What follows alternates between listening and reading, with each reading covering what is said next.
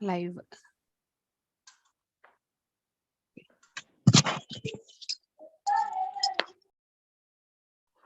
Live கொடுத்திருக்கேன். View stream on YouTube வரல.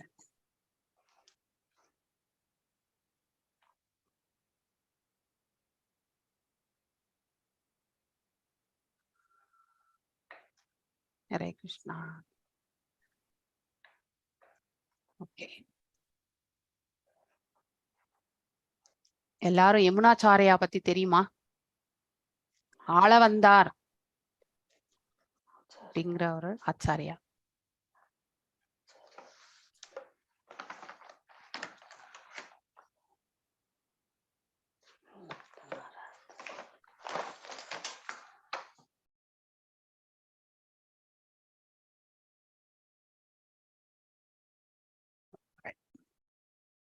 YouTube. Hare Krishna Mataji, அவர் ராமானுஜருக்கு குரு. கரெக்ட் தானுங்களா மாதாஜி? எஸ் பிரபு. ஆள வந்தார்.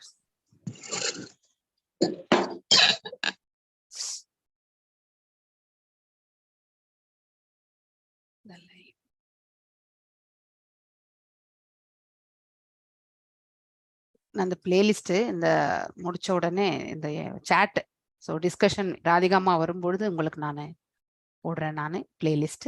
ஓகே, அது வரைக்கும் எனக்கு கொஞ்சம் டைம் கொடுங்க. யுவர் வீடியோஸ் ஒரு நிமிஷம். லைவ் எஸ் பிளேலிஸ்ட் ஆல்ரெடி முன்ன கூட பண்ணியிருக்கிறது ஒரு ஐ திங்க் 1.8 இருந்து இருக்கு இந்த பிளேலிஸ்ட்ல.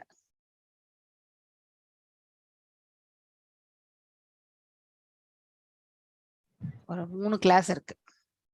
ஓகே, ஹரே கிருஷ்ணா மாதாஜி. ஹரே கிருஷ்ணா. இந்த லிங்க் பிளேலிஸ்ட் இப்ப நான் உங்களுக்கு போடுறேன். ஸோ நீங்க அதை சேவ் பண்ணிக்கோங்க. இந்த மாதிரி எமர்ஜென்சி டைம்ல வந்து என்னுடைய பர்சனல்ல போடுற அந்த இது வந்து இந்த இடத்துல சேவ் ஆயிருக்கும். ஸோ பாகவதம் பிளேலிஸ்ட் ஸோ போட்டிருக்கேன், எடுத்துக்கோங்க. கிருஷ்ண பிரபு நீங்க அதை காப்பி பண்ணிக்கோங்க. ஸோ இது என்னுடைய கேசவா சேனல்ல இருக்கக்கூடியது. ஸோ எமர்ஜென்சிஸ் வந்து இந்த இடத்துல நம்ம வந்து பண்ணிக்கலாம். ஓகே, ஆல்ரெடி 3 இருக்கு அதுல. மீன்ஸ் அந்த சமயத்துல ஆனதுன்னு நினைக்கிறேன். 1. ஃபர்ஸ்ட் கேண்டோ 8th சாப்டர் பண்ணும்போது இதே மாதிரி இஷ்யூ வந்து இப்போ ஸ்ட்ரீமிங் பண்ண முடியாம இருந்தது.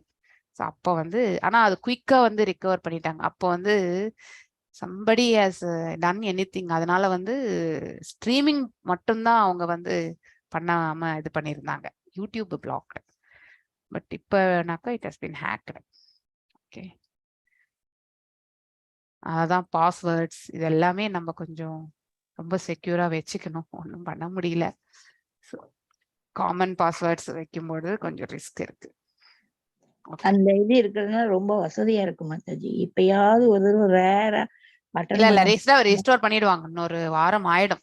It will take time. இது வந்து இப்ப 2 ஸ்டெப் வெரிஃபிகேஷன் இருக்கு. இப்ப நீங்க எந்த கூகுள் மெயில் வந்து லாகின் பண்ணனாலும் 2 ஸ்டெப் வெரிஃபிகேஷன்லாம் பண்ண முடியாது. ஆமா, இப்ப 2 ஸ்டெப் தான். அதனால வந்து ஹேக்கிங் எல்லாம் கொஞ்சம் கம்மி. இதுதான் இது நான் நினைக்கிறேன். ஏதாவது தப்பா ஏதாவது அப்லோட் பண்ணிருப்பாங்க. கரெக்ட்.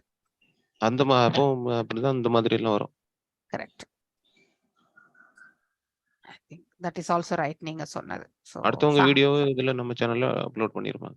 அது பண்ணக்கூடாதுன்னு பிரபுஜி நிறைய வாட்டி சொல்லியிருக்காங்க. அதனால தான் நமக்கு வந்து எதனா கிளாஸ் எடுக்கும்பொழுது கூட வேற ஏதாவது காப்பிரைட்டட் கண்டென்ட் இருந்தா இமீடியட்டா வந்து நமக்கு வந்து பேன் ஆயிடும். ஐ திங்க் அப்ப கூட அந்த மாதிரி தான் காப்பிரைட்டட் கண்டென்ட்னால தான் இஷ்யூ வந்தது. ஸோ இப்போ எது நின்னாச்சுன்னு தெரியல. So we have to see, wait and watch. Okay, எல்லாருக்கும் ஹரே கிருஷ்ணா. நாம இப்போ பிரேயர்ஸோட இந்த செஷனுக்குள்ள போகலாம்.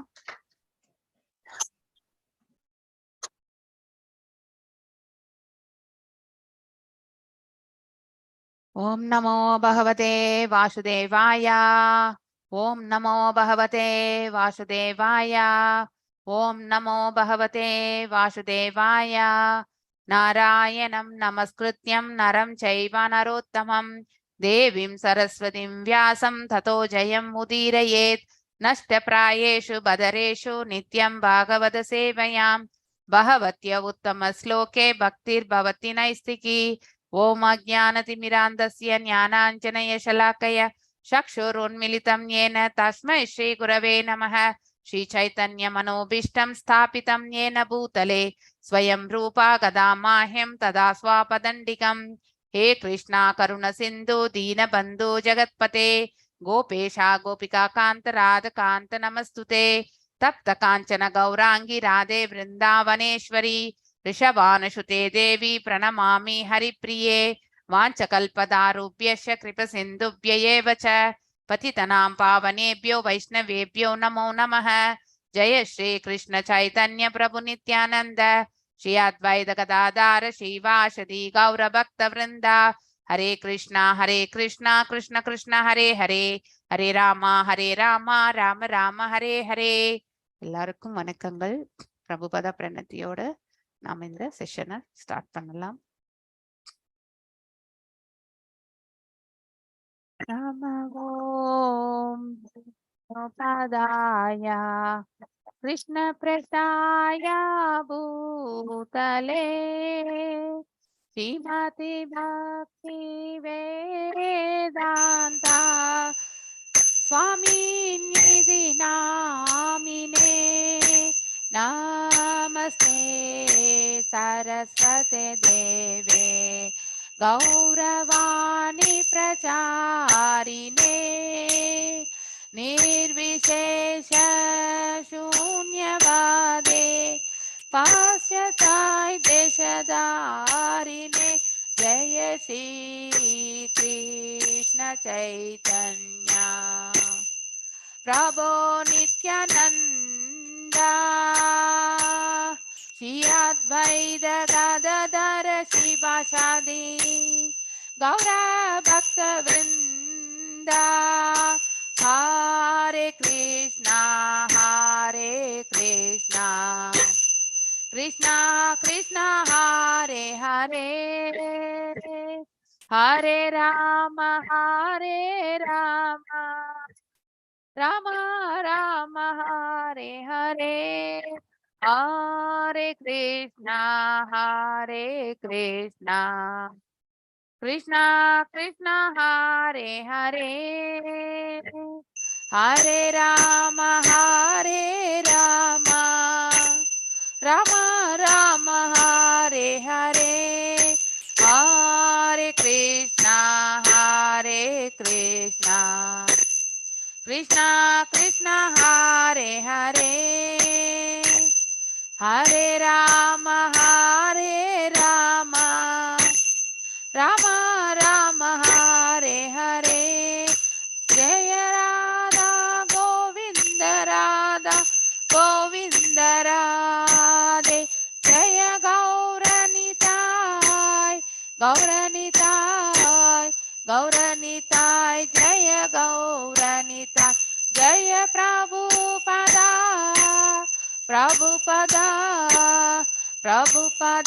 जय प्रभुपदा। नित्य गौर हरि बोल हरि बोल नित्य गौर हरि बोल हरि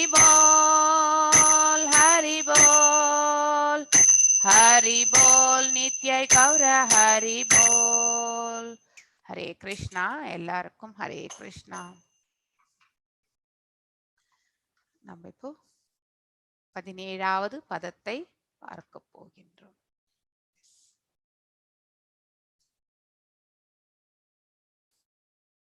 நம்ம யமுனாச்சாரியா இல்லையா, அவரை பத்தி நாம படிக்கத்தான் போகின்றோம். எக்ஸாம்பிளா பிரபுபாதர் கொடுத்திருக்கார். ஸோ அதாவது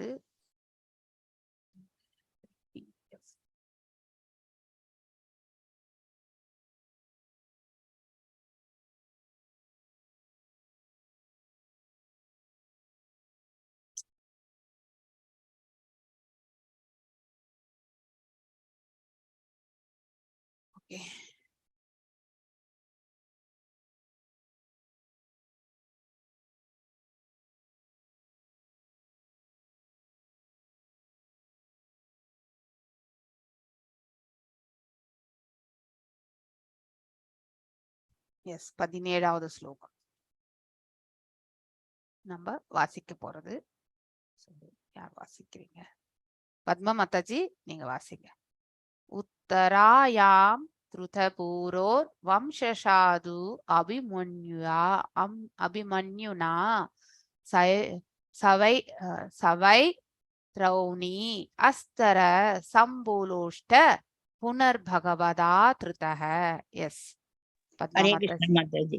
ஹரே கிருஷ்ணா. உத்தராயாம் திருத்த பூரோர் வம்ச சாது அபிமன்யுனா சவை திரௌணி அஸ்தர் சம்புஷ்ட புனர் பகவதா திருத்தக.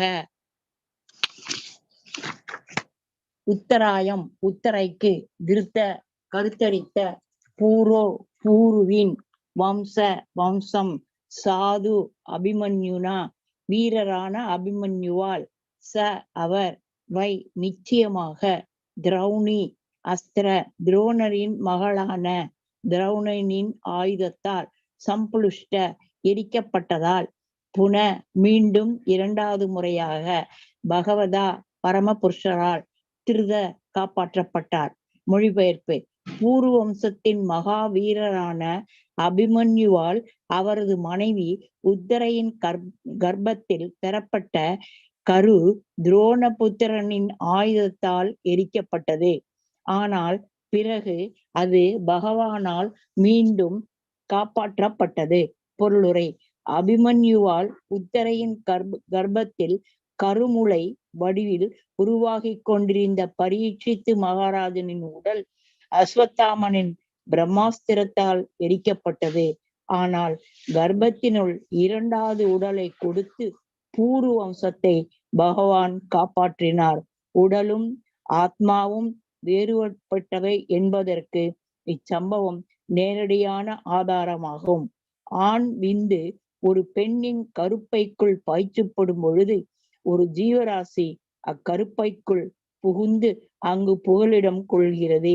இவ்வாறு ஆண் பெண்களின் விந்து கசிவுகள் கலப்பதால் ஒரு பட்டாணியின் அளவுள்ள ஓர் உடல் உருவாகி படிப்படியாக விருத்தி அடைந்து முழு உடலாக மாறுகிறது. ஆனால் அவ்வாறு வளர்ந்து வரும் கருமுளை ஏதோ ஒரு வகையில் அழிக்கப்படுமானால் ஜீவராசி வேறொரு உடலில் அல்லது வேறொரு பெண்ணின் கருப்பையில் அடைக்கலம் கொள்ள வேண்டியிருக்கும்.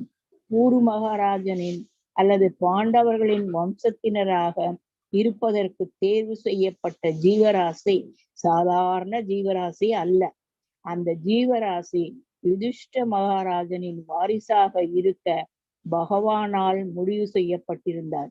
எனவே பரீட்சித்து மகாராஜனின் கருமுளை அஸ்வத்தாமனால் அழிக்கப்பட்ட பொழுது பகவான் தமது அந்தரங்க சக்தியின் மூலம் உத்தரையின் கருப்பைக்குள் புகுந்து எதிர்காலத்தில் பரீட்சித்து மகாராஜனாக விளங்க போகும் குழந்தைக்கு ஒரு புது உடலை கொடுத்து காப்பாற்றினார். பகவான் தமது சர்வ வியாபகமுள்ள சக்தியினால் உத்தரை மற்றும் பாண்டவ குடும்பத்தைச் சேர்ந்த மற்ற அங்கத்தினர்களின் உள்ளும் புறமும் இருந்தார். ஹரே கிருஷ்ணா. ஹரே கிருஷ்ணா மாதாஜி. ஹரே கிருஷ்ணா மாதாஜி. ரொம்ப அற்புதமான விளக்கம் இல்லையா? ஷிலா பிரபுபாதாவுக்கு ஜெய். நம்ம அவருடைய கருணையால் இந்த பாகவதத்தை வாசிச்சுட்டே வரும் இல்லையா?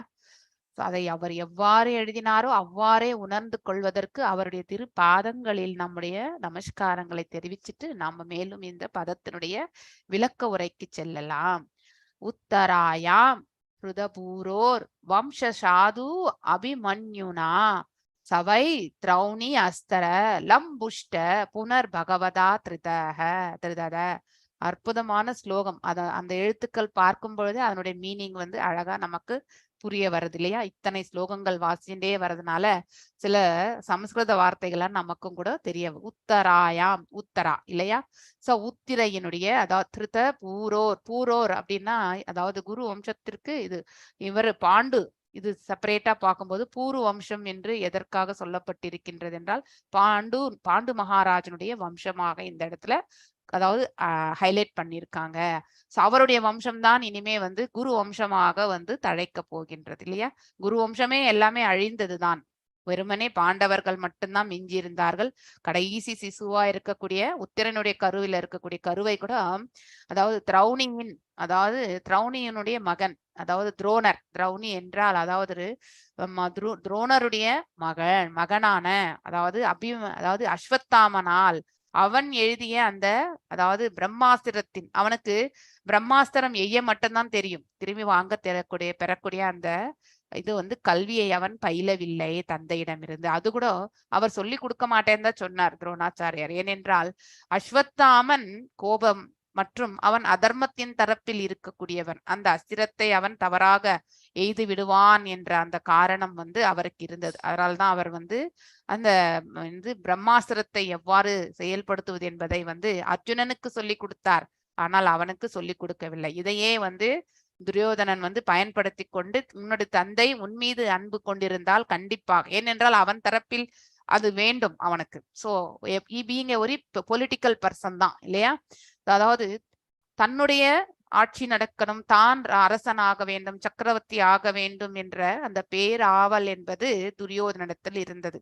சோ தன்னுடைய சுயநலத்திற்காக அனைவரையுமே அவன் உபயோகப்படுத்தி கொண்டான் இல்லையா. அதாவது பீஷ்மருடைய பிரதிஜையை அவன் தரப்பில் வந்து சாதகமாக உபயோகப்படுத்தி அவரை வந்து பாத்தீங்கன்னாக்கா அந்த அதாவது அஸ்தினாபுரத்தை விட்டு வெளியேறுவதற்கான மார்க்கத்தையே அவன் வந்து ஏற்படுத்தி கொடுக்கவில்லை இல்லையா. சோ அதாவது காண்டவ பிரஸ்தம் இந்திரபிரஸ்தம் தான் வந்து காண்டவ பிரஸ்தமாக இருந்தது. சோ அந்த காலகட்டங்கள்ல வெறும் காடு, அதுக்கப்புறம் வந்து வறண்ட தேசம் அது ஆக்சுவலி. சோ அங்க வெறும் பாம்புகள், நச்சு கலந்த பாம்புகள் மட்டுமே இருந்த ஸ்தலம் அது. சோ அப்படிப்பட்ட ஸ்தலத்தை தான் வந்து பாண்டவர்கள், ஏனென்றால் அப்படிப்பட்ட ஸ்தலத்தை வந்து கேட்டு பெற்றால் துரியோதனன் பொறாமை கொள்ள மாட்டான் என்பதற்காக அவர்கள் அதை வந்து வேண்டி பெற்றார்கள். ஆனால் அவர்களுடைய கடின உழைப்பால வந்து அந்த இடத்துல வந்து ஒரு அழகான நகரத்தை அவர்கள் உருவாக்கினார்கள். அதுதான் இந்திரபிரஸ்தமானது. இப்ப இருக்கக்கூடிய நம்முடைய புது டெல்லி தான் வந்து அந்த காலத்தில் வந்து இந்திரபிரஸ்தமாக விளங்கியது. சோ அங்க இருந்து கொண்டு அவர்கள் வந்து ஆட்சி நடத்தணும் என்று நினைத்தார்கள். ஆனால் அவர்கள் செய்த அந்த கடும் உழைப்பினால் அந்த நகரத்தை அவர்கள் நிர்மாணித்ததினால் சோ அதாவது அஸ்தினாபுரத்தில் இருந்த அநேகர் வந்து அங்கே வந்து குடியேறினர். சோ இதை கண்டு மீண்டும் வந்து துரியோதனன் வந்து அதாவது பொறாமையுற ஆரம்பிக்கின்றான் இல்லையா. அதனால்தான் அந்த ராஜசூய யாகத்தின் பொழுது அவன் வந்து வேண்டுமென்றே அந்த யாகத்தை ஏதாவது ஒரு செய்யணும்னு நினைச்சான். ஆனா அது கடைசியில வந்து அவன் வந்து திரௌபதியை வந்து துயில் உரிவதற்கு, அவளை வந்து அவமானப்படுத்த வேண்டும் என்ற அந்த பிளானாலதான் வந்து சூது விளையாடுவதற்கே வந்து அவன் வந்து அந்த செய்தியை அனுப்பினான். சோ தர்மத்தின் தரப்பில் இருப்பவர்கள் பெரும் அதாவது தர்மத்தையே பிரதிஜையாக கொண்டவர் தான் யுதிஷ்டர் இல்லையா. சோ அந்த தர்மத்திற்கே ஒரு சோதனை என்ற வரும் காலகட்டத்தில் அவர் அமைதியாக இருக்க வேண்டிய ஒரு சூழ்நிலையும் வந்தது அவருக்கு.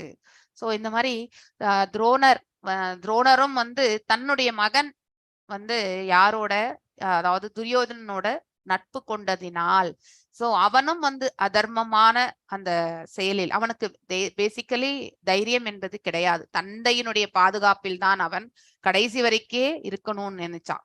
சோ என்னை ரட்சிக்கணும்னு சொல்லிதான் துரோணர் வந்து யார் தரப்பில் வந்து இருந்தார், ஆக்சுவலி இவர்கள் அதாவது துரியோதனன் தரப்பில் நின்று போர் புரிய வேண்டிய சிச்சுவேஷன் இருந்தது. இல்லைன்னா அவர் வந்து போர் புரிய வேண்டிய அவசியம் கூட அவருக்கு இல்லை. போரிலே அவள் கலந்து கொள்ள வேண்டிய அவசியம் கூட துரோணாச்சாரியாருக்கு இல்லை. சோ தன்னுடைய மகன் மீது இருந்த மோகத்தினால் இல்லையா, பிளைண்டா அதாவது தன்னால் மட்டுமே தன் மகனை ரட்சிக்க முடியும் என்று அவருக்கு அந்த நிலை இருந்தது, அதாவது யோசனை இருந்தது. அதுதான் வந்து பகவான் வந்து அவருக்கும் வந்து ஞானத்தை, இது வந்து மகாபாரதத்துல நம்ம வந்து வாசிக்கும் பொழுது நமக்கு இது தெரிய வரும் இல்லையா. சோ பீஷ்மருடைய வதம் மற்றும் துரோணாச்சாரியுடைய வதம் இது எல்லாமே வந்து பகவான் வந்து அவர்களுக்கு இறுதி காலகட்டத்தில் ஞானத்தை போதித்து மரணத்தை ஸ்வீகரிக்க செய்துதான் வந்து அவர்கள் அனைவருமே மரணத்தை ஏற்றனர். சோ அந்த காலகட்டத்தில் அவர்கள் தாங்கள் எவ்வளவு ஞானத்தில் இருந்திருந்தாலும் அவர்களும் சில சமயத்தில் அஞ்ஞானத்தில் தான் செயல்பட்டிருக்கிறார்கள். இந்த பிரபஞ்சத்தில் அஞ்ஞானத்தில் வந்து நம்ம ஏதோ ஒரு சூழ்நிலையில கண்டிப்பா செயல்படுவோம். சோ அத வந்து நம்மளால தவிர்க்கவே முடியாது. சோ அதனாலதான் நம்ம வந்து இதையே தான் செய்வேன் அதையே தான் செய்வேன்னு சொல்லிட்டு நம்ம பிக்சடா உட்காரக்கூடாது, அது தவறு இல்லையா.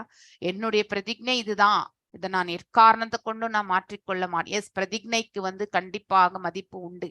ஆனால் பிரதிஜ்னை வந்து ஒரு சூழ்நிலையில் வந்து உடைக்கப்பட வேண்டும் என்ற ஒரு சுச்சுவேஷன் வந்தாக்கா கண்டிப்பாக அதை உடைக்கப்பட வேண்டும் இல்லையா?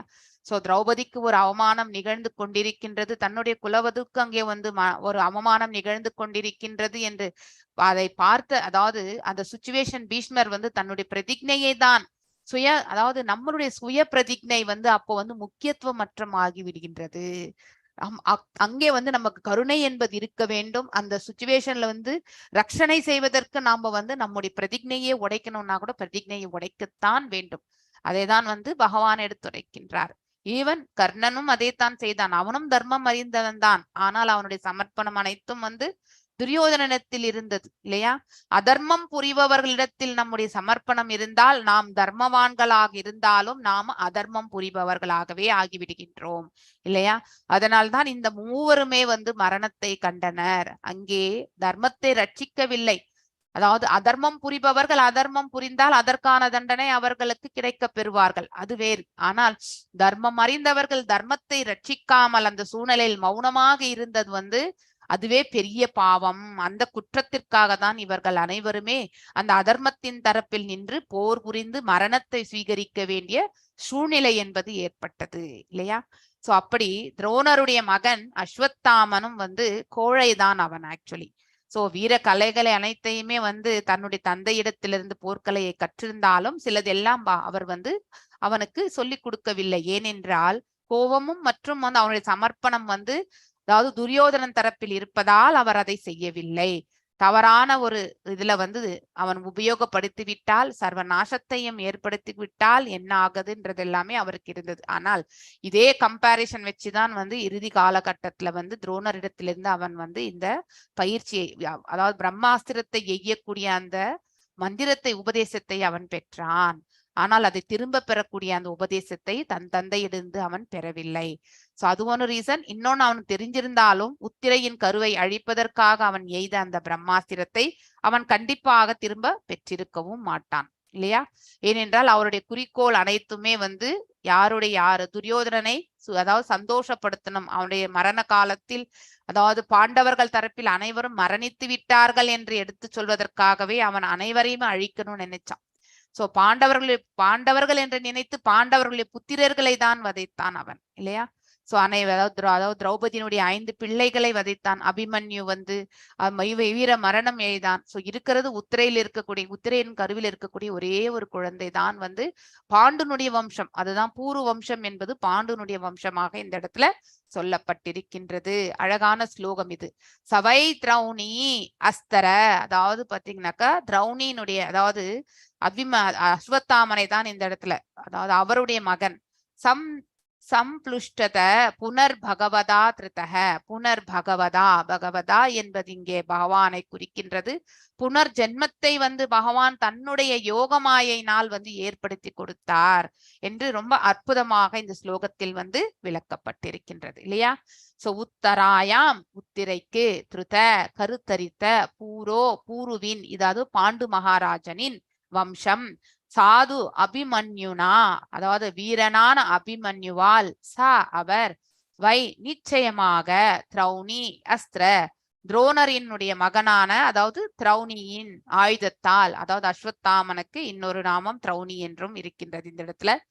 சம்புஷ்டத எரிக்கப்பட்டதால், புனக மீண்டும் இரண்டாவது முறையாக, அதாவது புனர்ஜென்மத்தை வந்து அதனால்தான் அவருக்கு பரீட்சித் என்று சொல்லப்படுகின்றது இல்லையா? பகவதா பரமபுருஷரால் காப்பாற்றப்பட்டார்.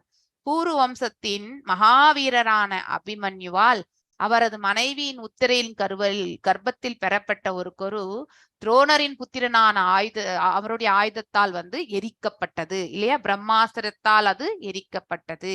ஆனால் பிறகு அது பகவானால் மீண்டும் காப்பாற்றப்பட்டது. சோ அபிமன்யுவால் உத்திரையின் கர்ப்பத்தில் கருமூலையில் வடிவில் உருவாகி கொண்டிருந்த பரிஷித் மகாராஜனின் உடல் அஸ்வத்தாமனின் பிரம்மஸ்திரத்தால் முதலில் புனர்ஜென்மத்தை வந்து பெற்றவர் தான். கருவிலே இருக்கும் பொழுதே வந்து 2வது முறை அவருடைய ஜென்மம் என்பதை, அதனால்தான் அவருக்கு பரீட்சித் என்ற நாமம் வந்தது. ஆனால் கர்ப்பத்தினுள் 2வது உடலை கொடுத்து பூர்வ வம்சத்தை பகவான் காப்பாற்றினார். உடலும் ஆத்மாவும் வேறுபட்டவை என்பதற்கு இச்சம்பவம் நேரடியான ஆதாரமாகும் இல்லையா? சோ பகவானே ஸ்வயம் அந்த கருவை மீண்டும் ஒரு முறை வந்து உயிர்ப்பித்தார் என்பதை வந்து இந்த இடத்துல வந்து பார்க்கும் பொழுது, சோ அங்கே உடல் என்பது வேறு, ஆன்மாதான் அந்த இடத்தில் வந்து அதாவது பகவானிடமிருந்து தோன்றியது என்பதற்கான ஒரு உதாரணம் இந்த இடத்துல நாம கண்டிப்பாக பார்க்க முடிகின்றது இல்லையா? சோ ஆதாரமாக ஆண் விந்து ஒரு பெண்ணின் கருப்பைக்குள் பாய்ச்சப்படும் பொழுது ஒரு ஜீவராசி அக்கருப்பையினுள் வந்து உருவாக ஆரம்பிக்கின்றது இல்லையா? சோ அது வெறுமனே ஒரு பிண்டமாக இல்லையா, ஒரு லம்ப் இல்லையா, அது மாதிரிதான் வந்து ஒரு உருண்டையாக தான் வந்து நம்ம இந்த டெத் அண்ட் பர்த் வீடியோல நம்ம அதை பார்த்திருக்கோம் இல்லையா? மேலும் வந்து இதே சாப்டர்ல நம்ம வந்து 35th சாப்டர்ல வரும்பொழுது வந்து சாங்கிய யோகத்தை வந்து பற்றி சொல்லப்படுகின்றது. யாரால வந்து, அதாவது நம்ம இவரால கபில முனியால தன்னுடைய தாய் தேவஹூதிக்கு வந்து அவர் வந்து எடுத்துரைக்க போகின்றார் இல்லையா? இப்ப நடந்துட்டு இருக்காது.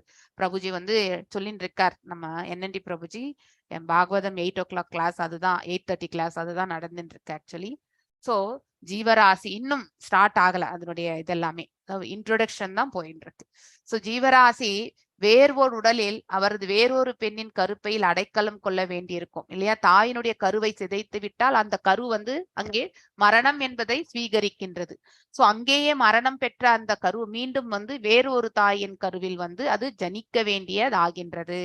சோ இதை நம்ம வந்து புரிந்து கொள்ள வேண்டும்.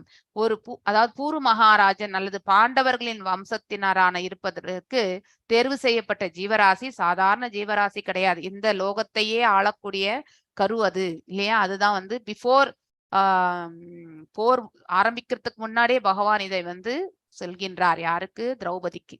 அதாவது திரௌபதி வந்து கேட்கின்றாள், இந்த போருடைய முடிவு எப்படி இருக்கும்ன்றது அவளுக்கு ஒரு தெரிஞ்சுக்கணும். எல்லாம் அறிந்தவர் கோவிந்தர் தான் அப்படிங்கிறது வந்து அவளுடைய இது.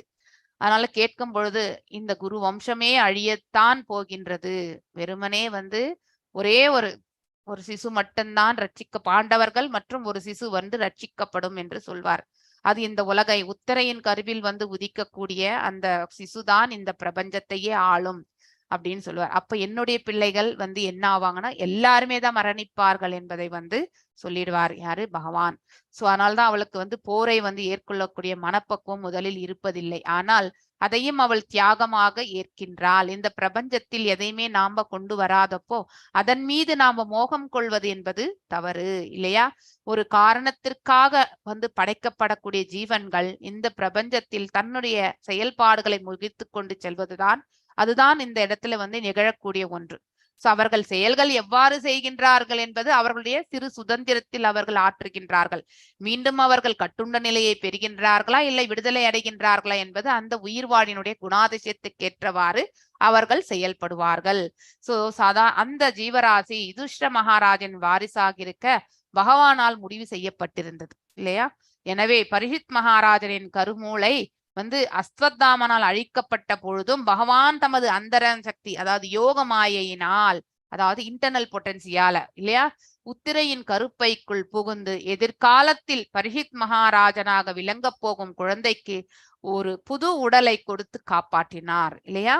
ஏனென்றால் அது எரிந்த போன அந்த உடல் மீண்டும் ஒரு உடல் வந்து கண்டிப்பாக கிடைக்க வேண்டும் இல்லையா? அதை வந்து பகவானே செய்தார். சோ பகவான் தமது சர்வ வியாபகமுள்ள சக்தியினால் உத்திரை மற்றும் பாண்டுவ குடும்பத்தை சேர்ந்த மற்ற அங்கத்தினர்களுக்கு உள்ளும் புறமும் இருந்தார். இதுல இருந்து நமக்கு ஒண்ணு என்ன தெரியுதுன்னா, பக்தர்களை அவர் என்றைக்குமே வந்து கைவிடுவது கிடையாது. எந்த சூழ்நிலையாக இருந்தாலும் பக்தர்களை வந்து பகவான் ரட்சிப்பார். அதை வந்து நம்ம ஸ்ட்ராங்கா வந்து மனசுல வச்சுக்கணும். எஸ், பக்தர்கள் வந்து ஹிருதயத்துல வந்து பகவானை தாங்கும் பொழுது அவர்களுக்கான ரட்சணை என்பது கடினமான சூழ்நிலைகள் இருந்தாலும் அந்த கடினத்தையே உணராத அந்த தன்மைக்கு பக்தர்களுக்கு வந்து பகவான் வந்து அருள் புரிவார். இதுல நம்ம வந்து திடமான நம்பிக்கையை நாம ஏற்படுத்தி கொள்ள வேண்டும். அவ்வாறு மனதை நாம வந்து திடமான நம்பிக்கையோட வந்து இருந்து பக்தியை செய்யும் பொழுது பகவான் வந்து எல்லா சூழ்நிலைகளிலுமே நம்மளை சுத்தி தான் இருப்பார் அப்படிங்கறது வந்து நாம புரிந்து கொள்ளணும். சோ எந்த சுச்சுவேஷன்லயுமே அவர் நம்மளை கைவிட மாட்டார். நமக்கு சங்கடமான தோன்றக்கூடிய அந்த சூழ்நிலை பிற்காலத்தில் நமக்கு பெரிய உதவியாக இருக்கும். அப்ப அது சிறியதாக இருந்திருக்கும், ஆனால் அனுபவிக்கும் பொழுது அது நமக்கு பெருசா தெரிஞ்சாலும் பிற்காலத்துல ஒரு பெரிய ஆபத்து வரும்பொழுது அதை நாம முன்னரே எதிர்கொண்ட பொழுது அந்த அனுபவமும் மற்றும் அதனுடைய தற்பாதுகாப்பும் நமக்கு இப்போ ரொம்பவுமே உபயோகமாகும். அதனால நமக்கு கடினமான சூழ்நிலைகள் வந்து ஏற்படும் பொழுது அது எல்லாமே பகவான் கொடுக்கறது கிடையாது. அது அனைத்தும் நம்ம கர்ம பலன்களால் நாம அனுபவிப்பது. அதை நாம வந்து அதாவது பேலன்ஸ்டா அனுபவிக்கிறதுக்கான அந்த ஆற்றலை வந்து பகவான் நமக்கு வழங்கிறார், சக்தியை கொடுக்கின்றார். அயா ஜயத் தர்மசுதம்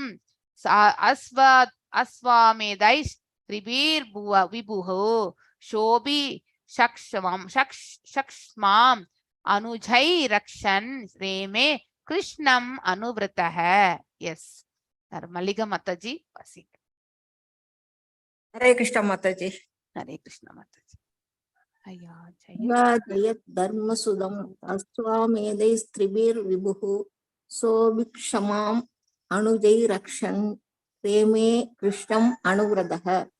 அயா ஜெயத் செய்ய செய்தார் தர்மசுதம் தர்மபுத்திரரால் யுதிஷ்டிர மகாராஜன் அஸ்வமேதை அஸ்வமேத யாகங்களால் திர்பி 3 விபு பரமபுருஷர் ச யுதிஷ்டிர மகாராஜன் அபி மேலும் ஷமாம் பூமியை அனுஜை அவரது தம்பிகளின் உதவியுடன் ரக்ஷன் பாதுகாத்து ரேமே அனுபவித்தார் கிருஷ்ணம் பரமபுருஷராகிய ஸ்ரீ கிருஷ்ணர் அனுவிரதக இணைபிரியா சகாவாக.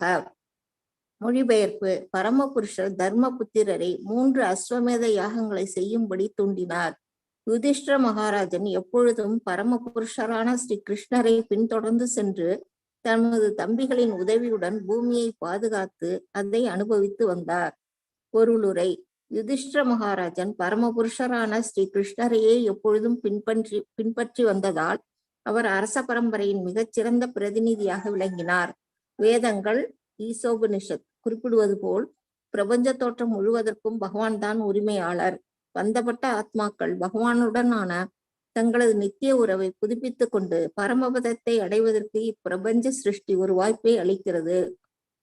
இந்நோக்கத்தை கருத்தில் கொண்டுதான் பௌதிக சிருஷ்டி முழுவதும் திட்டமிடப்பட்டுள்ளது. இத்திட்டத்தை மீறுபவர்கள் பரமபுருஷரின் உத்தரவுப்படி செயற்படும் இயற்கை சட்டத்தினால் தண்டிக்கப்படுகின்றனர். யுதிஷ்டிர மகாராஜன் பகவானின் ஒரு பிரதிநிதியாக மண்ணுலகில் அரியாசனத்தில் அமர்த்தப்பட்டார். அரசர் ஒருவர் பகவானின் பிரதிநிதியாக எப்பொழுதும் கருதப்படுகிறார். சீரிய அரசாட்சிக்கு பகவானின் பிரதிநிதித்துவம் தேவைப்படுகிறது. இவ்வுயர்ந்த கொள்கையின்படி யுதிஷ்டிர மகாராஜன் சீரிய அரசராக விளங்கினார். இதனால் அரசரும் அவரது பிரஜைகளும் உலக கடமைகளை மகிழ்ச்சியுடன் நிறைவேற்றி வந்தனர். இவ்வாறாக யுதிஷ்டிர மகாராஜன் ஆட்சியிலும் பிரஜைகள் முழுமையான பாதுகாப்பையும் இயற்கையான வாழ்வின் சுகபோகங்களையும் நன்கு அனுபவித்தனர். ஹரே கிருஷ்ணா.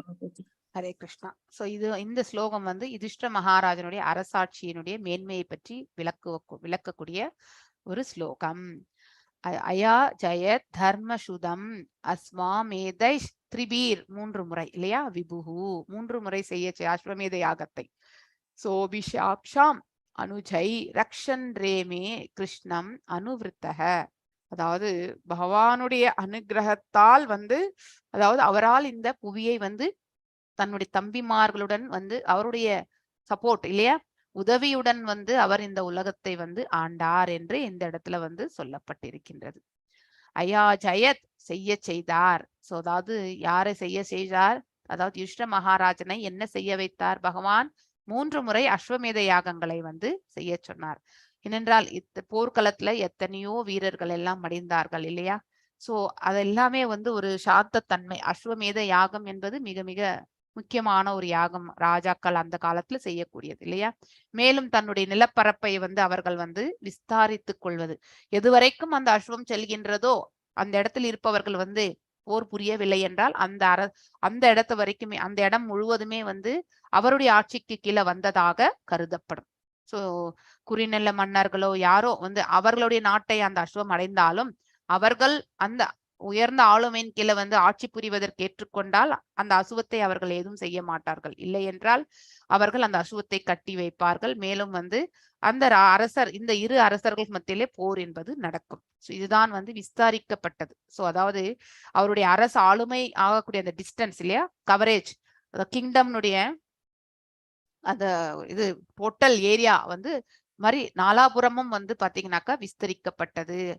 சோ சுதம் தர்மசுதம் தர்மபுத்திரரால் அஸ்வமேத யாகங்களால் திரிபீர் 3 முறை விபுகு, அதாவது விபுகு பரமபுருஷர் ச உதிஷ்ட மகாராஜன் அபிஹி மேலும் ஷமாம் பூமியை அனுஜை அவரது தம்பிகளின் உதவியுடன் ரக்ஷன் பாதுகாத்து ரேமே அனுபவித்தார்.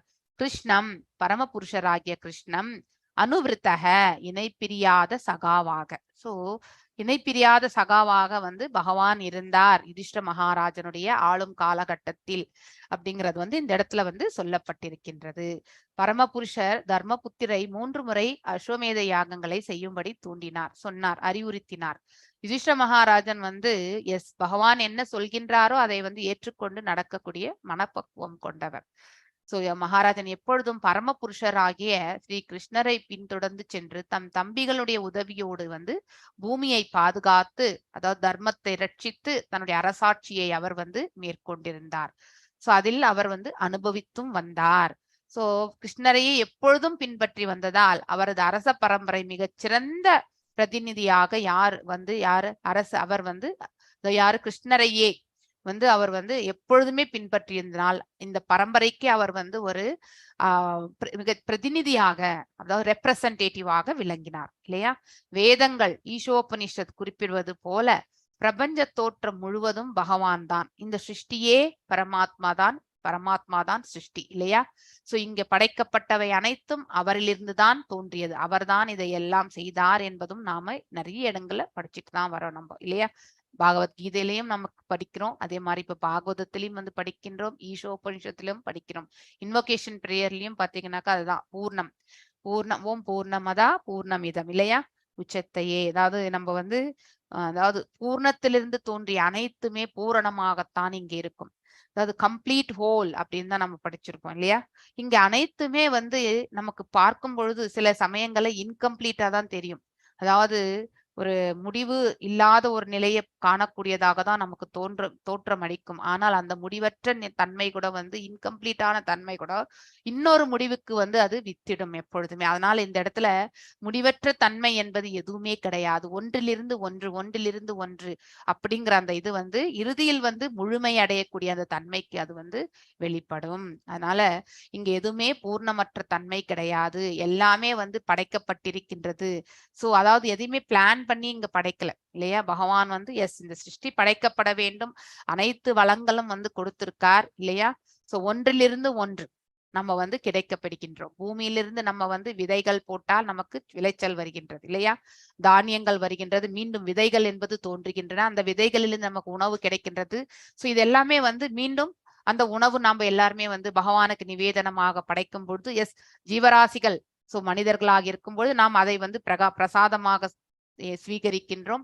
விலங்குகள் அவரவர்களுக்கு கொடுத்திருக்கக்கூடிய அந்த அதாவது உணவு வகை வந்து அவர்கள் ஏற்கின்றனர் இல்லையா. அதனுடைய கழிவுகள் மீண்டும் வந்து இந்த நிலத்திற்கு மீண்டும் உரமாக மாறி மீண்டும் வந்து இந்த மண்ணின் வளத்தை வந்து மேம்படுத்துகின்றது.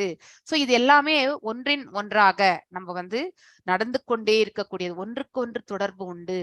ஒன்னுடைய அதாவது கம்ப்ளீட் ஆகக்கூடிய ப்ராசஸ் தான் நம்ம பார்ப்போம். ஆனா அதுலயும் வந்து ஒரு இன்கம்ப்ளீட், அந்த இன்கம்ப்ளீட்னஸ் வந்து இன்னொன்னுக்கு வந்து தோற்றத்துக்காக வந்து அது உதவுகின்றது இல்லையா. சோ அது மாதிரி பகவானுடைய படைப்பில் அனைத்துமே வந்து முழுமையான ஒன்று என்பதை நாம புரிந்து கொள்ள வேண்டும். ஆத்மாக்கள் பகவானுடன் தங்களது நித்திய உறவை புதுப்பித்துக் கொண்டு பரமபதத்தை அடைவதற்கு இப்பிரபஞ்சம் இந்த பிரபஞ்ச சிருஷ்டி ஒரு வாய்ப்பாக அளிக்கப்பட்டிருக்கின்றது நமக்கு எல்லாருக்குமே இல்லையா.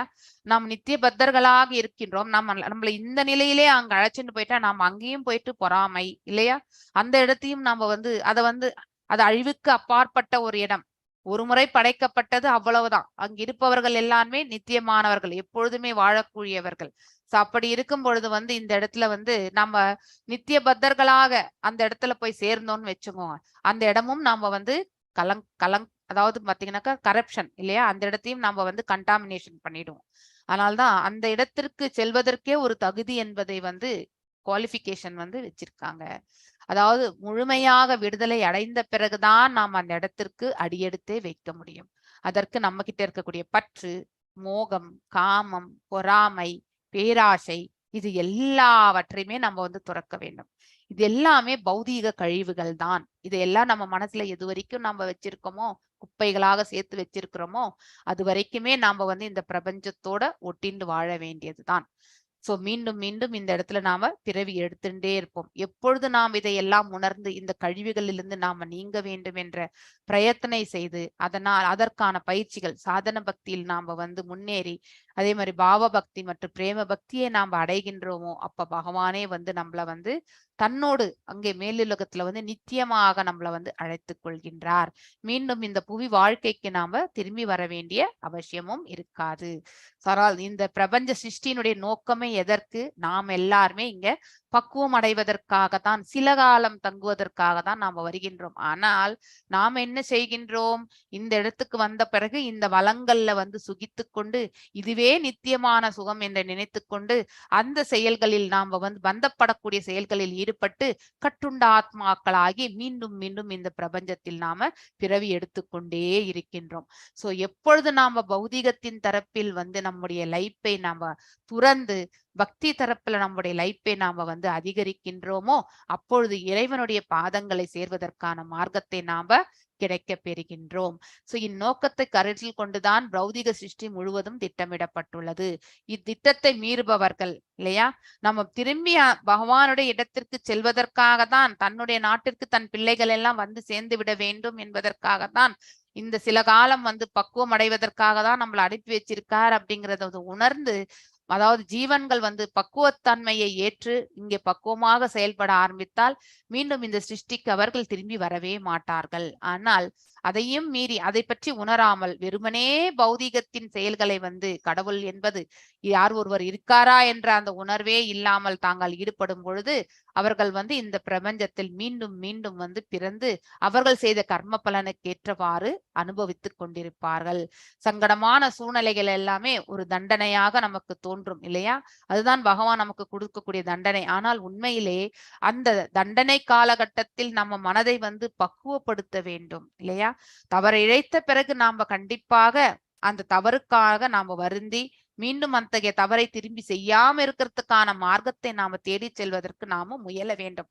ஆனால் ஒரு உயிர் வாழி அத்தனை பிரயத்தனங்கள் செய்யாத பொழுது அவன் எப்பொழுதுமே வந்து கட்டுண்ட நிலையில் இருந்து கொண்டு மேலும் மேலும் அவன் வந்து தவறுகள் இழைக்க ஆரம்பிக்கின்றான். அப்படிப்பட்டவன் வந்து மீண்டும் அடுத்த பிறவி என்பது அவனுக்கு மனித வாழ்வே கிடைக்க போகின்றதா என்பது மிகப்பெரிய கேள்விக்குறி இல்லையா. சோ தண்டனை என்பது இங்கே வந்து பகவான் அவர்களுக்கு நன்னிலை ஏற்படுத்துவதற்காக வழங்கப்பட்டிருக்கக்கூடிய ஒரு சிறு செயல்தான். அதை வந்து பக்குவம் அடைவதற்காக தான் நம்ம உபயோகப்படுத்தி கொள்ள வேண்டும். சோ யுதிஷ்ட மகாராஜன் பகவானின் ஒரு பிரதிநிதியாக மட்டுமே மண்ணுலகில் அரியாசனத்தில் அமர்த்தப்பட்டார். சோ அந்த எப்பவுமே நம்மை ஆள்பவர்கள் வந்து அதாவது கடவுளுக்கு நிகரானவர்களாக, அதாவது ரெப்ரசன்டேட்டிவாக தான் நம்ம கருத வேண்டும். சோ பகவான் அவர்களுடைய ரூபத்தில் இந்த பிரபஞ்சத்தை ஆண்டு கொண்டிருக்கின்றார் என்பது பொருள். சோ அதனால அந்த பதவியில் அமர்பவர்கள் வந்து எப்படி இருக்க வேண்டும், அதாவது ஒரு ஸ்பிரிச்சுவலா, அதாவது ஒரு ஆன்மீகத்தோடு அவர்களுடைய செயல்பாடுகளை வந்து கண்டிப்பாக தொடர்பு கொள்ள வேண்டும். அப்பொழுதுதான் அவர்கள் செய்யக்கூடிய செயல்களில் வந்து பூர்ணத்துவத்தை அவர்கள் அடைய முடியும். நன்மை தீமை எது இந்த செயலால் என்பதை அவர்களால் வேறுபடுத்தி காணக்கூடிய அந்த பக்குவ நிலை அவர்கள் அடைவார்கள். இல்லை என்றால் அவர்களுடைய சுய புலனுக்காகவே அவர்களுடைய செயல்பாடுகளை எல்லாம் அமைத்து கொண்டு செல்வத்தை சேர்ப்பதும் பவர் பொசிஷன் இதுலதான் அவர்களுடைய செயல்பாடுகள் எல்லாம் அமையும். ஆனால் உண்மையில் அது எல்லாமே பாவப்பட்டதாக மாறிவிடுகின்றது இல்லையா. அடுத்தவர்களை வஞ்சித்து நாம அபகரிக்கக்கூடிய எந்த செல்வமாக இருந்தாலும் அது யாராக இருந்தாலும் நாட் ஓன்லி ஆள்பவர்கள் மாத்திரம் கிடையாது, எப்படிப்பட்டவர்களாக இருந்தாலும் அது பாவப்பட்டதாக மாறிவிடுகின்றது. அந்த பாவத்தை நாம தீர்ப்பதற்கு மீண்டும் கண்டிப்பாக நாம பிறவி எடுக்கத்தான் வேண்டும். சோ சிறு தண்டனை, அந்த தண்டனை என்பது மறுபிறவில நம்ம இப்ப செய்த பாவத்தினுடைய பலன் பீஜமாக அது உருவாகின பிறகு அதுக்கப்புறம் பிராரப்தமாக நாம அடுத்த பிறவியில் அனுபவிப்போம். சோ அதனால நாம செய்த ஒவ்வொரு செயலினுடைய விளைவுகள் நம்மளை சுத்தி தான் இருக்கும். நாம தான் அதனுடைய பலனை அனுபவிக்க வேண்டும். அந்த பலனை தான் நாம வரக்கூடிய ஜென்மங்கள்ல கர்மங்களாக நாம செயல்படுகின்றோம். ஒருவேளை நற்கர்மங்களே நாம் நிறைய செய்து யோகத்தில் நிறைவடையவில்லை என்றால் ஒரு நல்ல பிறவியை எடுத்து அந்த அதாவது நற்கர்மங்களினுடைய பலன்களை நாம அதை அனுபவிக்கக்கூடிய மார்க்கத்தையும் நாம நமக்கு பகவான் கொடுக்கின்றார். பக்தியில திளைத்து தன்னுடைய இடத்திற்கு அவர்களை பகவான் அழைத்து கொள்கிறார். சோ எல்லாமே இந்த இடத்துல நம்முடைய கர்ம பலனுக்கு ஏற்றவாறு நடக்கின்றது. இந்த கர்ம பலனை நாம் எவ்வாறு செயல்படுத்துகின்றோம்? இந்த சிஷ்யனுடைய 3 குணங்களோட நாம் எதில் லயித்திருக்கின்றோமோ அந்த குணத்திற்கேற்றவாறு நாம செயல்பட்டு விடுகின்றோம்.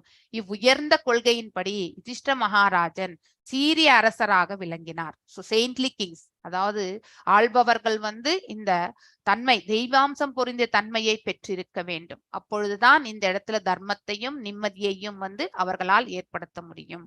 இதனால் அரசரும் அவரது பிரஜைகளும் உலக கடமைகளை மகிழ்ச்சியுடன் நிறைவேற்றி வந்தனர். இவ்வாறாக யுதிஷ்ட மகாராஜனும் தன்னுடைய ஆட்சியிலும் பிரஜைகள் முழுமையான பாதுகாப்பையும் இயற்கையான வாழ்வின் சுகபோகங்களையும் நன்கு அனுபவித்தனர். ஏனென்றால் தர்மம் தழைத்தோங்கியது. சோ அதாவது அவர் ஆண்ட அந்த 32 ஆண்டு காலங்கள் அனைவருமே சுகமாக இருந்தனர் என்பது இந்த இடத்துல நாம புரிந்து கொள்கின்றோம். அடுத்த ஸ்லோகம் யாரு? லலிதா கண்ணன் மாதாஜி, நீங்க வாசிங்க. பகவான் அபி விஸ்வாத்மா லோக வேதா பதானுகாக காமான் சிவேஹ சிஷேவ தார்வாத்யாம் அசக்தஹ சாங்கியம் ஆஸ்திதஹ. எஸ், வாசிங்க மாதாஜி. ஹரே கிருஷ்ண மாதாஜி. ஹரே கிருஷ்ண மாதாஜி. பகவான் அபி விஸ்வாத்மா லோக வேத பதானுகஹ காமான் சிஷேவ துவார்வத்யாம் அசக்த சாங்கியமாஸ்திதஹ. பகவான் பரமபுருஷர், அபி கூட, விஸ்வ ஆத்மா பிரபஞ்சத்தின் பரமாத்மா, லோக வழக்கப்படியான, வேத கொள்கைகள், பத அணுக வழியை பின்பற்றுபவர், காமான் வாழ்வின் தேவைகள், சிஷேவ அனுபவித்தார், துவார்வத்யாம் துவாரகாபுரியில், அசக்தக பற்று கொள்ளாமல், சாங்கியாம் சாங்கிய தத்துவ ஞானத்தில், ஆஸ்திதக நிலை பெற்று. மொழிபெயர்ப்பு: அதே சமயத்தில் பகவானும் வேத விதிகளுக்கு ஏற்ப துவாரகாபுரியில் வாழ்வை அனுபவித்து வந்தார். சாங்கிய தத்துவத்திற்கு ஏற்ப பகவான் துறவிலும் ஞானத்திலும் நிலை பெற்றிருந்தார். பொருளுரை: யுதிஷ்டிர மகாராஜன் மண்ணுலக சக்கரவர்த்தியாக இருந்த பொழுது துவாரகாபுரியின் அரசராக இருந்த பகவான் ஸ்ரீ கிருஷ்ணர் துவாரகாதீசர் என்று அழைக்கப்பட்டார். மற்ற சிற்றரசர்களைப் போலவே பகவானும் யுதிஷ்டிர மகாராஜனின் ஆட்சிக்கு கீழ்ப்பட்டிருந்தார். பகவான் ஸ்ரீ கிருஷ்ணர் மொத்த படைப்பிற்கும் பரம பேரரசர் என்ற போதிலும் வேத கொள்கைகள் மனித வாழ்வுக்கு வழிகாட்டியாக விளங்கியதால் பூமியில் அவதரித்திருந்த பொழுது பகவான் அக்கொள்கைகளை மீறியதே இல்லை. சாங்கிய தத்துவத்தை அடிப்படையாக கொண்ட வேத கொள்கைகளுக்கு ஏற்ப மனித வாழ்வை ஒழுங்குபடுத்திக் கொள்வதுதான் வாழ்வை அனுபவிப்பதற்கு உரிய சரியான வழியாகும். இத்தகைய அறிவும் துறவும் வழக்கமும் இல்லாவிட்டால் பெயரளவேயான மனித நாகரீகம் உண்டு அருந்தி மகிழ்ந்து அனுபவிக்கும் மிருக சமூகத்தை விட எவ்விதத்திலும் உயர்ந்தது அல்ல.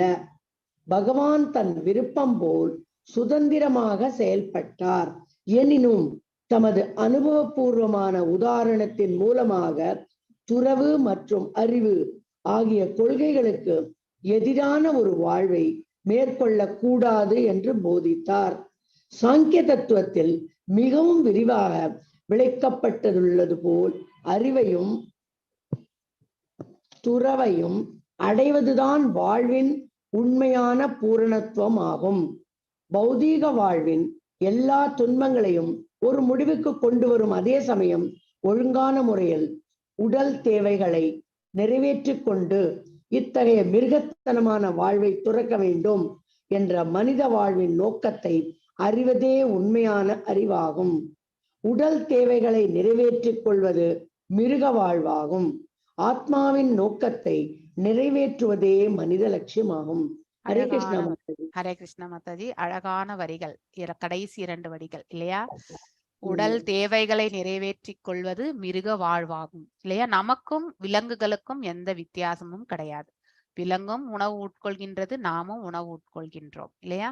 இந்த உடலை வந்து நமக்கு வந்து எனர்ஜி சக்தி கொடுப்பதற்காக உணவு உட்கொண்டுதான் ஆக வேண்டும். அதே மாதிரிதான் விலங்கும் செய்கின்றது இல்லையா? சோ நாமளும் வந்து செயல்படுகின்றோம், விலங்குகளும் செயல்படுகின்றது. அதாவது தூங்குகின்றோம், அதுக்கப்புறம் நம்மளுடைய செயல்பாடுகளை செய்கின்றோம், உணவு எடுத்துக்கொள்கின்றோம், அதுக்கப்புறம் வந்து உடல் சுகத்தையும் வந்து அதாவது அதுவும் வந்து செய்கின்றது, நாமளும் செய்கின்றோம்.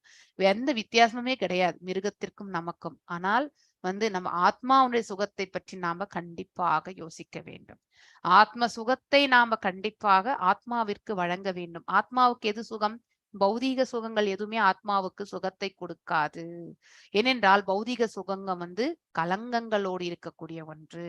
சோ அந்த கலங்கங்கள் வந்து மனதால் மற்றும் புலன்களால் மற்றும் வந்து அறிவால் வந்து சூக்ஷ்மமான முறையில் வந்து செயல்பட்டு விடுகின்றது இல்லையா?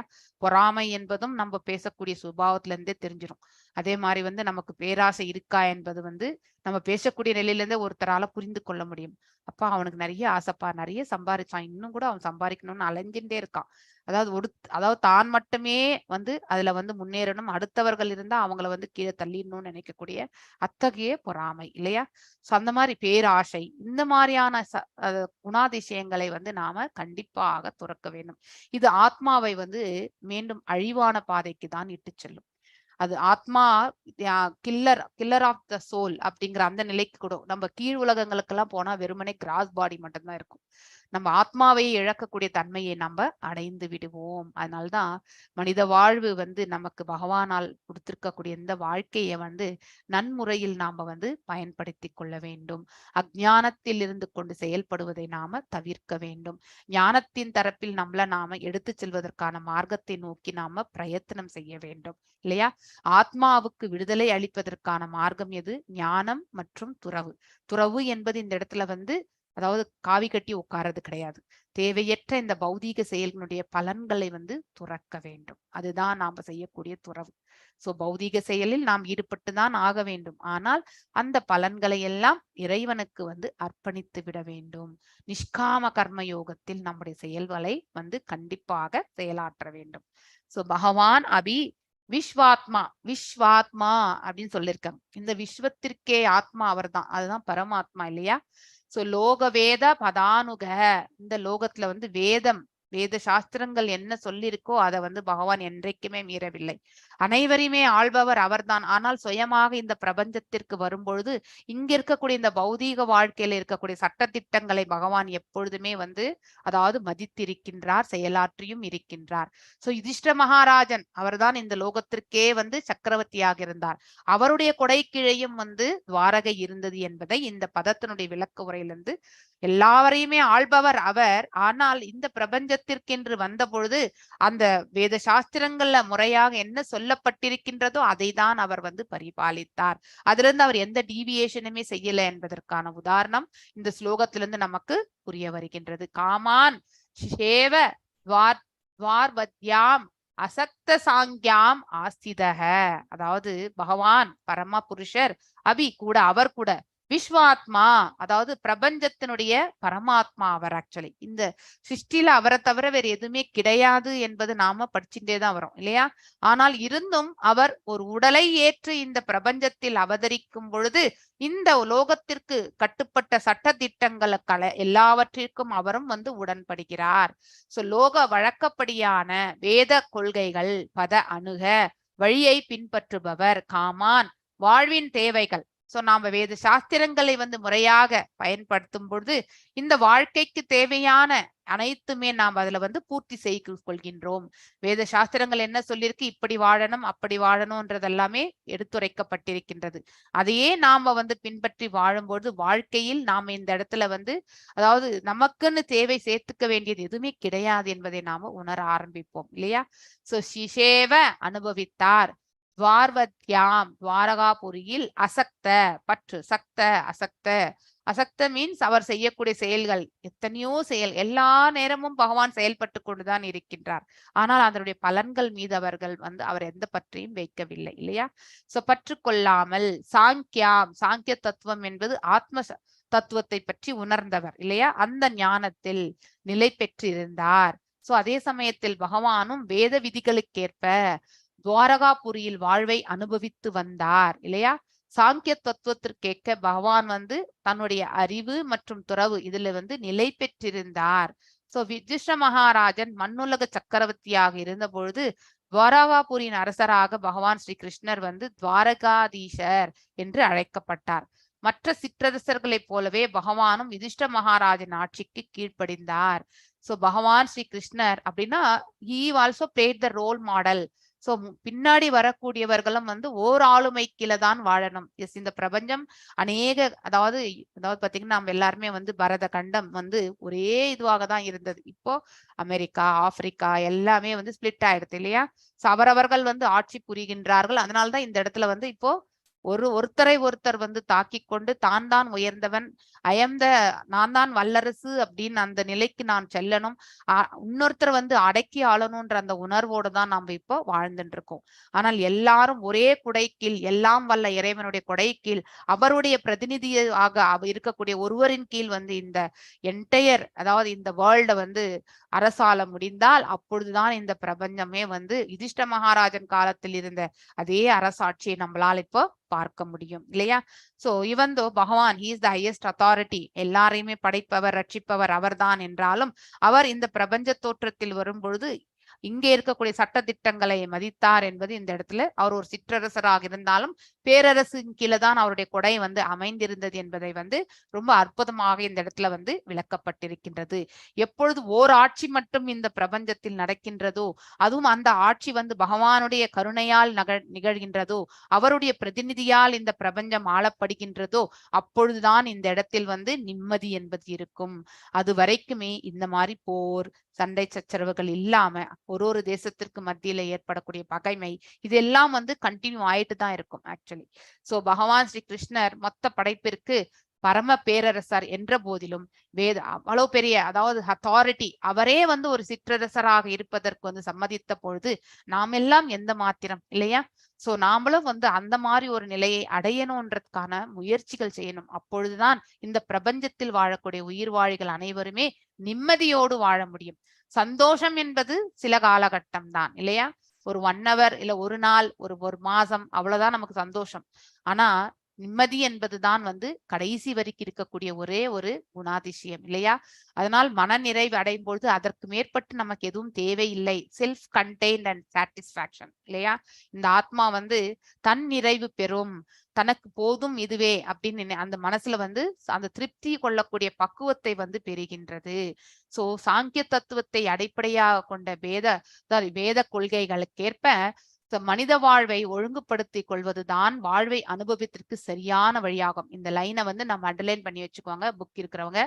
சாங்கிய தத்துவத்தை அடிப்படையாக கொண்ட அது வேத கொள்கைகளுக்கு ஏற்ப மனித வாழ்வை நாம வந்து கண்டிப்பாக ஒழுங்குபடுத்தி கொள்ள வேண்டும். அதுதான் நம்மளுடைய குறிக்கோளே இல்லையா? பாடிலி சாட்டிஸ்பாக்சனுக்காக நம்முடைய செயல்களை துறந்து ஆத்மாவை சுகிப்பதற்கான மார்க்கம் எதுவோ அதை நாம தேட வேண்டும்.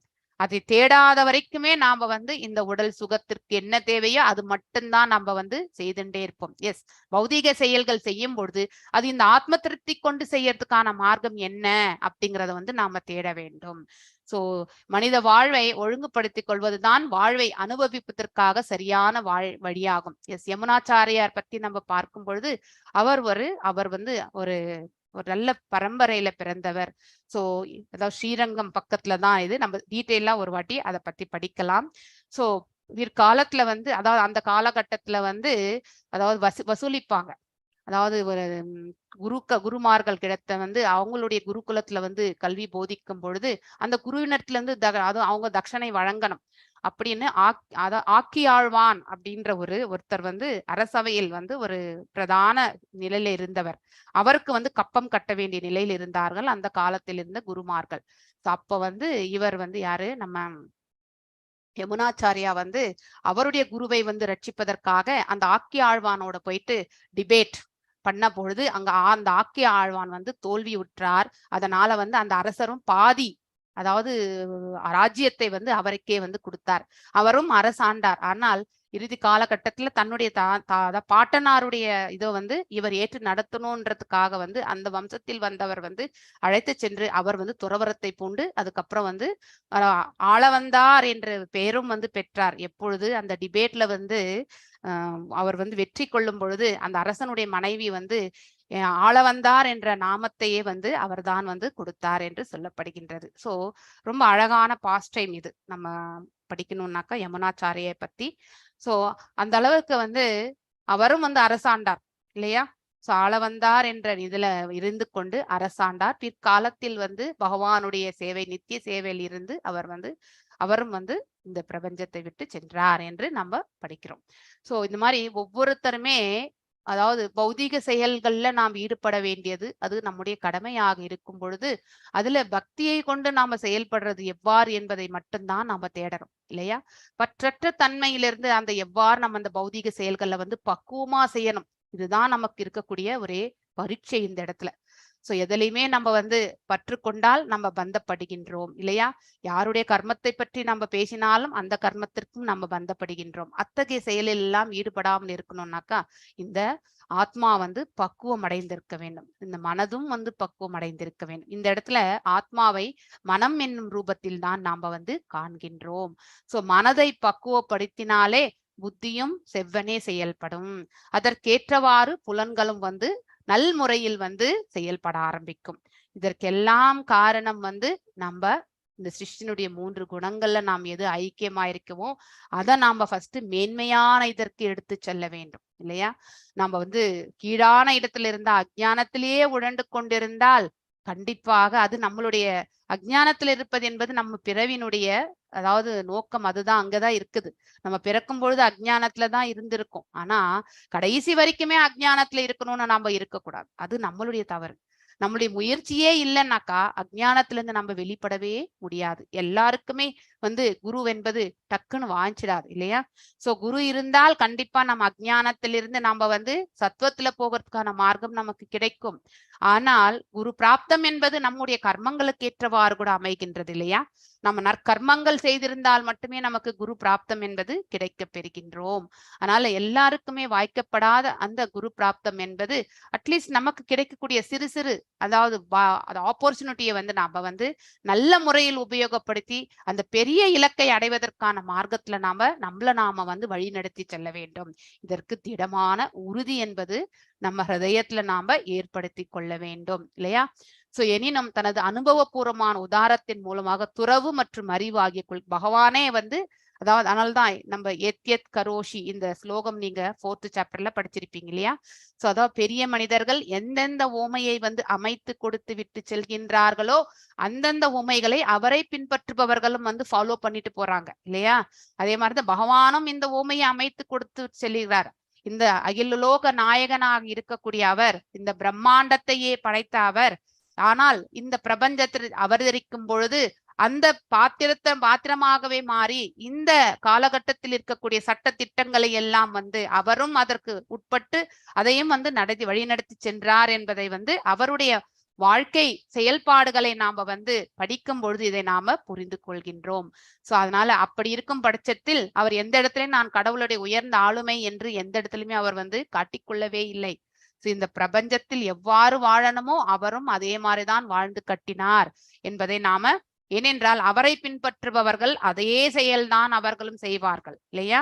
அத்தகைய செயல்களில் தான் கடவுளுடைய ஆளுமை என்றது வந்து அவர் வந்து காட்டிக்கொண்டே இருந்தால் நாமளும் அதே மாதிரி செயலில் ஈடுபடலான்ற நமக்கும் அதே பக்குவம் தான் எடுத்து செல்வோம். அதனால்தான் பகவான் சாதாரண மனிதருடைய செயல்பாடுகள் எவ்வாறு அமைத்து கொண்டதோ அவர் செய்த பாத்திரம், அவர் அரசனாக இருக்கும் பொழுது ஒரு சிற்றரசனாக இருந்தால் பேரரசுக்கு நாம் எப்படி வந்து அதன் ஆளுமைக்கு நம்ம வந்து பணிந்து நடக்கணுமோ அதே மாதிரிதான் தன்னுடைய அரசையும் வந்து யுதிஷ்ட மகாராஜருக்கிலேயே வந்து கொண்டு வந்தார்.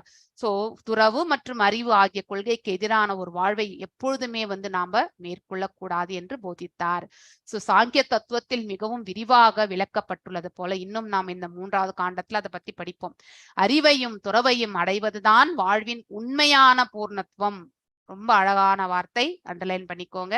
அறிவையும் துறவையும் அடைவதுதான் இந்த பிரபஞ்சத்தில் பிறந்த ஒவ்வொரு மனிதனுடைய இலக்கு இல்லையா? அறிவை கேள்வி, அதாவது கேள்வி ஞானத்தோட நம்ம வந்து கேட்டாவது அதை வந்து நம்ம தெரிஞ்சுக்கணும்.